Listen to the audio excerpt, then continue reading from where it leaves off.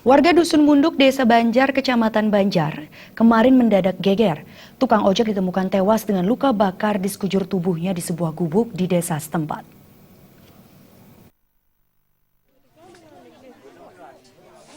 Warga Dusun Munduk, Desa Banjar, Kecamatan Banjar, mendadak geger pada hari Senin. Warga menemukan sesosok mayat pria di dalam gubuk di tengah tanah lapang. Pria itu dikenali sebagai IDKD Rai Astawa, warga setempat yang sehari-hari sebagai tukang ojek.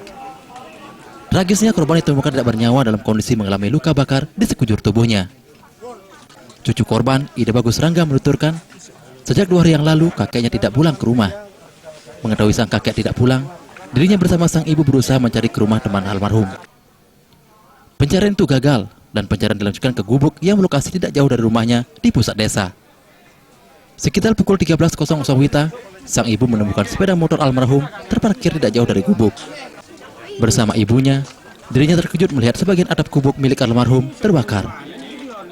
Setelah dicek ke dalam gubuk, jenazah almarhum ditemukan dalam kondisi penuh luka bakar. Awalnya kali saya kan mau ngecek kok udah 3 hari nggak pulang, 2 hari nggak pulang nih kakeknya gitu sama ibunya.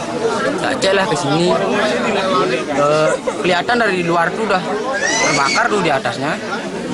Terus baru liatin tak panggil nggak ada yang nyaut gitu.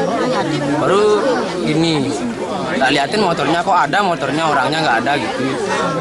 Ibu lah yang ngecek ke belakang, saya yang ke samping gitu. Karena ibu takut, saya ikut ke sana. Baru lihat dari lemarinya, udah langsung kelihatan dah yang terbakar.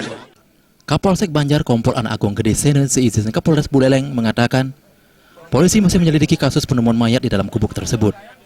Dari pemeriksaan dan olah tempat kejadian perkara, untuk sementara korban diduga meninggal dunia karena kebakaran.